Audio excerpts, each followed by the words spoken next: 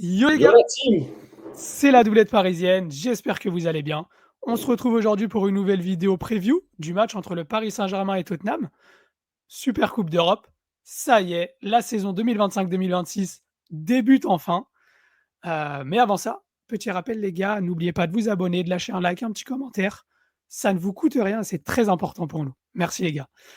Donc Antoine, je te propose directement de rentrer dans le vif du sujet, hein. On peut aborder peut-être le mercato parisien et des Spurs. Le mercato parisien, 2 achats conséquents. Lucas Chevalier, Ilia Zabarni.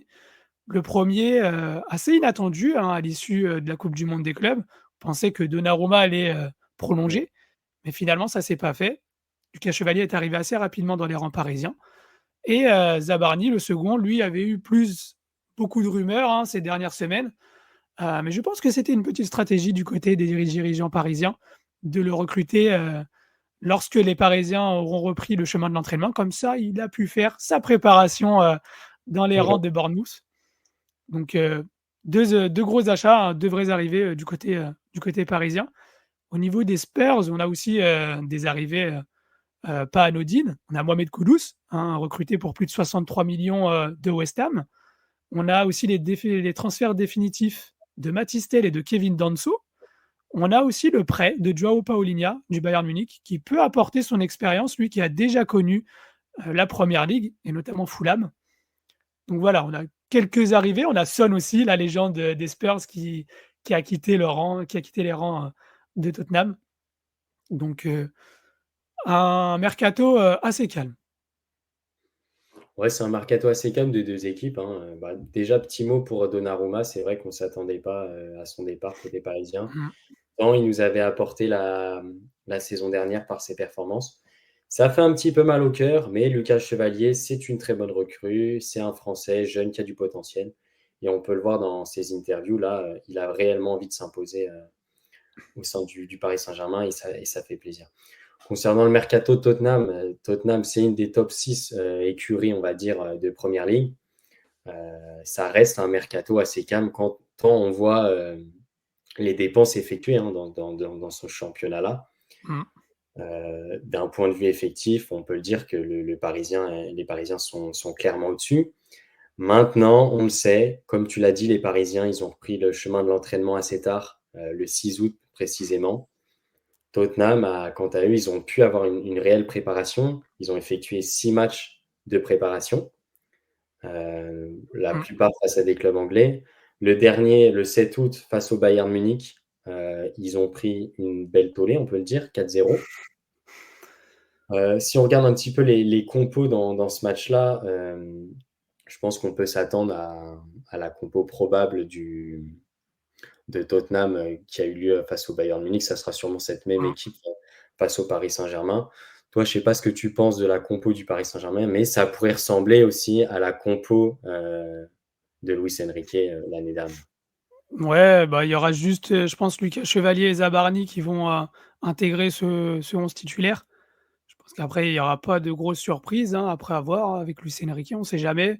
Peut-être qu'il va juger qu'un tel n'est pas du tout Oui, prêt physiquement à débuter.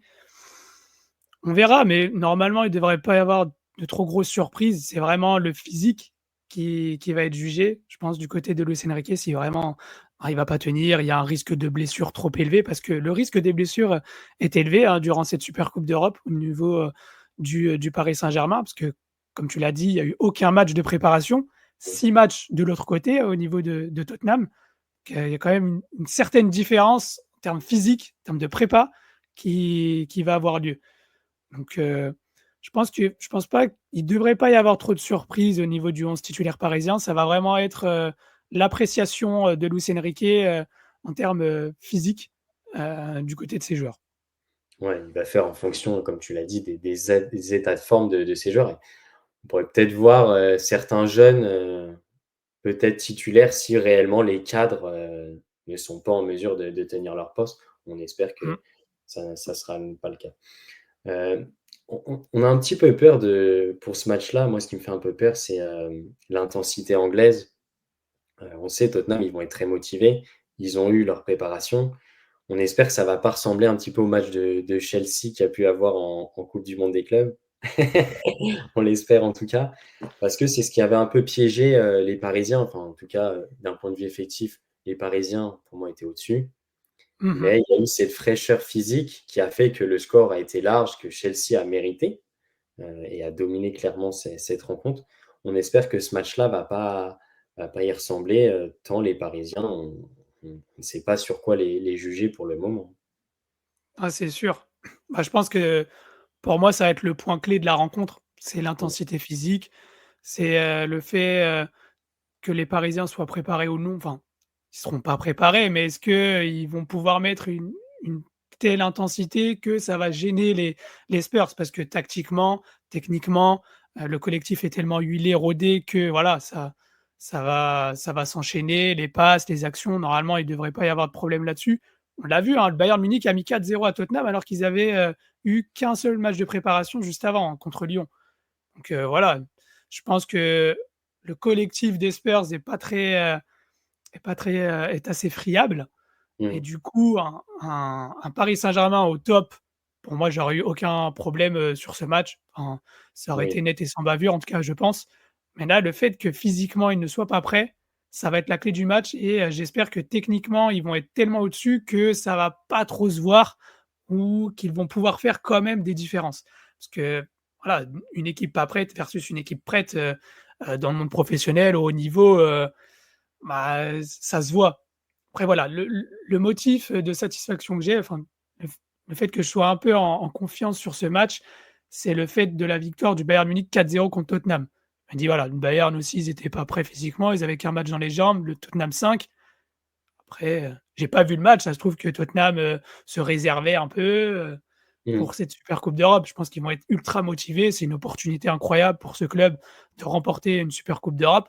Ils vont essayer de la saisir, ça c'est sûr. Voilà, après maintenant, les Parisiens vont devoir être, au niveau. Je pense qu'il y aura beaucoup de turnover, en tout cas à l'heure de jeu. Que le résultat soit satisfaisant ou pas, je pense que Luis Enrique, voilà, il va pas forcer, les organismes à jouer, 90 minutes, sur des joueurs pas prêts. Je pense que tu vas avoir, beaucoup de changements à l'heure de jeu, potentiellement 3 à 4 directement, parce que voilà, les Parisiens sont pas prêts physiquement. Ouais, c'est triste de dire ça, mais on a peur que ça ressemble côté parisien un petit peu à un match amical de pré-saison qui ont lieu en août, où, comme tu l'as dit, il y a énormément de changements à la mi-temps au vu de la non-préparation des joueurs. Et de plus, on connaît le projet de jeu de Luis Enrique. C'est un projet de jeu qui demande énormément d'énergie, tant Ouais. dans les replis défensifs que dans le pressing. On sait que c'est compliqué à tenir physiquement. Alors quand en plus, on n'a pas de préparation, ça peut Mmh. être compliqué. Donc peut-être que sur ce match-là, il faudra intégrer le fait qu'il faudra peut-être compter sur les individualités, peut-être pour faire la différence que sur la force collective du Paris Saint-Germain qu'on a pu voir la saison passée. Ouais, ou aussi peut-être, attendre un peu plus les Spurs. Peut-être que ce contre-pressing, ce pressing à la perte de balle, bah, il va pas falloir le faire, à outrance. Mm. Peut-être que voilà, dès qu'on a plus la balle, bah, OK, on se met un peu en bloc bas et on les attend. Comme ça va t'éviter de dépenser, trop d'énergie assez rapidement. À voir. Je pense qu'ils vont le faire quand même, mais peut-être qu'à pendant certaines phases de jeu, il va falloir accepter le fait de reculer un peu et de récupérer la balle en phase défensive, de remonter le bloc, plus tranquillement. En tout cas, je pense qu'ils ont tout intérêt à gérer le tempo du match, les joueurs parisiens. Voilà, de prendre leur temps quand ils ont la balle, de pas la perdre bêtement, en fait. Je pense que ça va être un point clé, pour Luis Enrique. Garder la balle, ne pas prendre trop de risques, même dans la passe, parce que voilà, il va falloir faire les efforts ensuite pour la récupérer et potentiellement, on n'a pas le bagage pour, faire ces efforts-là. Donc je pense que voilà, peut-être soit on le bloc sera archi haut pour récupérer la balle beaucoup plus rapidement, c'est peut-être aussi une possibilité, ou alors que, pendant à certains moments, on va reculer le bloc pour voilà, bah, être en phase défensive, attendre qu'ils viennent, proche de notre surface et récupérer le ballon en 1 contre 1 ou en 2 contre Transition 1, tu vois? Mmh mh. Je pense pas qu'il y aura beaucoup de transitions rapides aussi du côté parisien. Il y en aura peut-être, mais tu vois, je pense pas que perdre la balle, prendre des risques à la perte de ballon, sera, s sera une tactique, du côté du Paris Saint-Germain de Luis Enrique. Après à voir, on verra, mais en tout cas, le bagage, il sera pas là pour, faire, une multitude d'efforts. Ouais, je pense. C'est vrai. Après, Luis Enrique, on connaît son projet de jeu. Lui, ce qu'il voudra, Mmh. c'est la possession avant tout. Et peut-être que ça nous permettra aussi, si on a la possession, d'être moins fatigué, de moins faire d'efforts, moins courir après le ballon. Ouais, c'est sûr. Bah, je sais pas si tu avais quelque chose à dire avant de passer au prono?